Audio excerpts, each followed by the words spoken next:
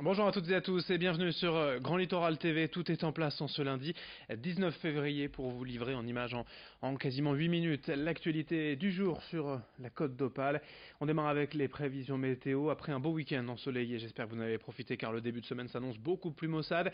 Humide et nuageux, les perturbations traversent la région d'ouest en est. Depuis ce matin, le littoral était le premier concerné par les averses. Toute la région subira également les pluies. Aujourd'hui et demain, les températures plutôt fraîches ce matin oscilleront de 6 à 7 degrés entre le littoral et l'intérieur des terres. On en reparle bien sûr avec les prévisions complètes juste après ce journal. Une première image d'abord dans cette édition, une image plutôt insolite pour vous faire découvrir ce travail de passionner un véhicule que tous les enfants ou presque doivent connaître. Pour les fans du dessin animé Cars, le héros Flash McQueen est à découvrir en ce moment pour de vrai chez Auto 3000 à Tettegem près de Dunkerque. Le patron Laurent Vervitch et ses mécaniciens ont travaillé quasiment 250 heures sur cette réplique de la célèbre voiture du dessin animé. Le véhicule en question était destiné à la casse après avoir roulé des années sur des pistes de cross, mais après avoir fabriqué, vous voyez dans le fond, cette réplique de Bumblebee, l'une des stars du film Transformers.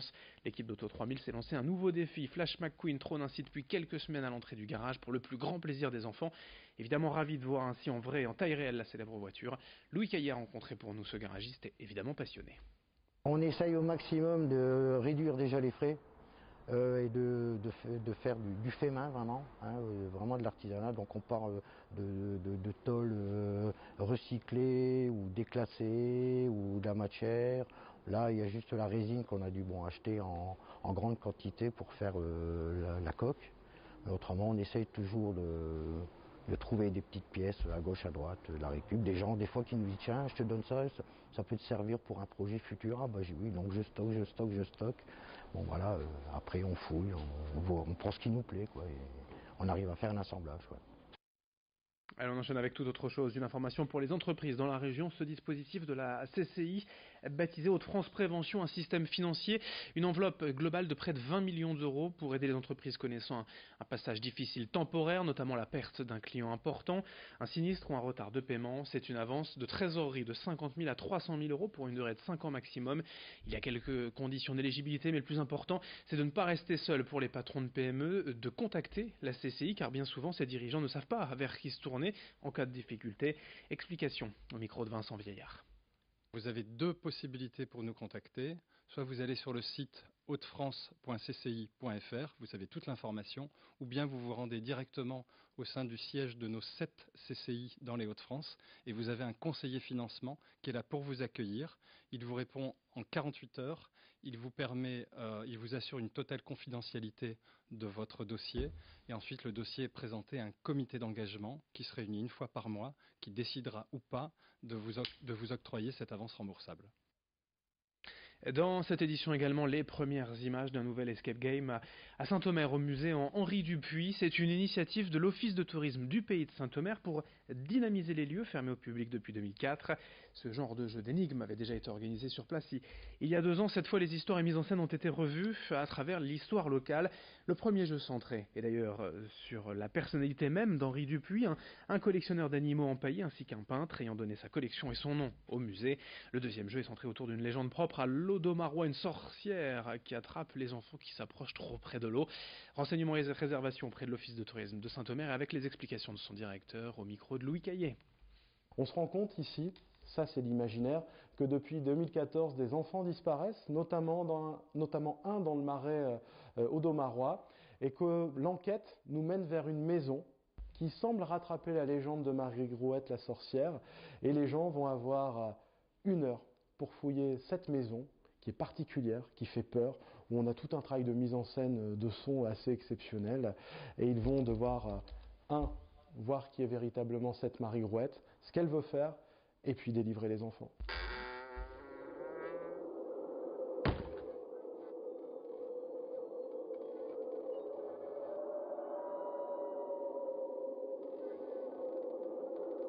Voilà pour l'ambiance, on vous laisse découvrir ça sur place directement au musée Dupuy à Saint-Omer. On l'a tous vu dans le premier film, Les Tuches, la fameuse friterie n'est plus à Monaco, elle est dans la région, à Blaringhem près de Saint-Omer. Avec la sortie des Tuches 3, la curiosité se fait de nouveau ressentir dans le village. Reportage signé Joël Warno. Cette friterie, tout le monde l'a déjà vue. Dans le premier film Les Tuches, elle se trouve à Monaco. Désormais, elle est à Blaringhem. Sébastien Devos l'a rachetée en 2013, ce qui lui vaut depuis un petit surnom dans le village. On m'appelait Jeff. Bon, faut savoir qu'au village, aujourd'hui, même mon épouse va quelque part, c'est Madame Tuche.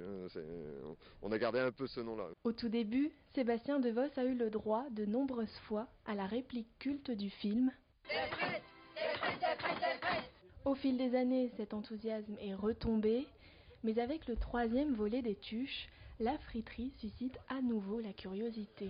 Il y a des gens qui passent et qui prennent des photos, même au village. Il y a des gens qui vont en vacances ou qui ont des amis en disant non, on a la friterie Les Tuches. Donc ils ont du mal à y croire. Donc par moment, ils reviennent à la friterie, ils font une photo à l'intérieur pour dire de pouvoir envoyer aux amis ou la famille. Le kebab, sauce blanche, avec une frite au pied. Pour autant, Sébastien Devos n'a pas misé sur la marque Tuche depuis qu'il est installé. Il a choisi de privilégier sa clientèle fidèle et de travailler avec des produits de qualité. Voilà messieurs, à bon appétit. Le pain, on travaille avec la boulangerie du village, donc c'est du pain artisanal, donc pain frais tous les jours, on ne travaille pas que de pain surgelé. La frite, on travaille avec la frite fraîche, donc on travaille pareil avec une société qui est dans la région. On essaye au maximum de travailler en frais, tout ce qui est salade, tomates, les oignons, tout ça c'est pareil, on travaille avec un producteur en fruits et légumes pour avoir le maximum de produits frais. Depuis peu, la friterie Tuche a fait faire sa propre bière, de quoi repartir avec un petit souvenir. Allez, quelques résultats en sport à vous donner. Alors, il n'y avait pas de basket pour cause de Leaders Cup, mais du football en national. La victoire de l'USBCO 2-1 face à Chambly. L'USBCO qui remonte à la 12e place. En revanche, défaite inquiétante pour l'USLD qui glisse dangereusement au classement du national. Désormais 13e, les Dunkerquois se sont inclinés 2-0 face à Béziers. Enfin, en Ligue 2, Lens joue ce soir à Quevilly-Roux en match à 20h45. Pour être complet, les horaires des marées aujourd'hui. À Boulogne, 89, le coefficient marée haute à 14h08 en début d'après-midi.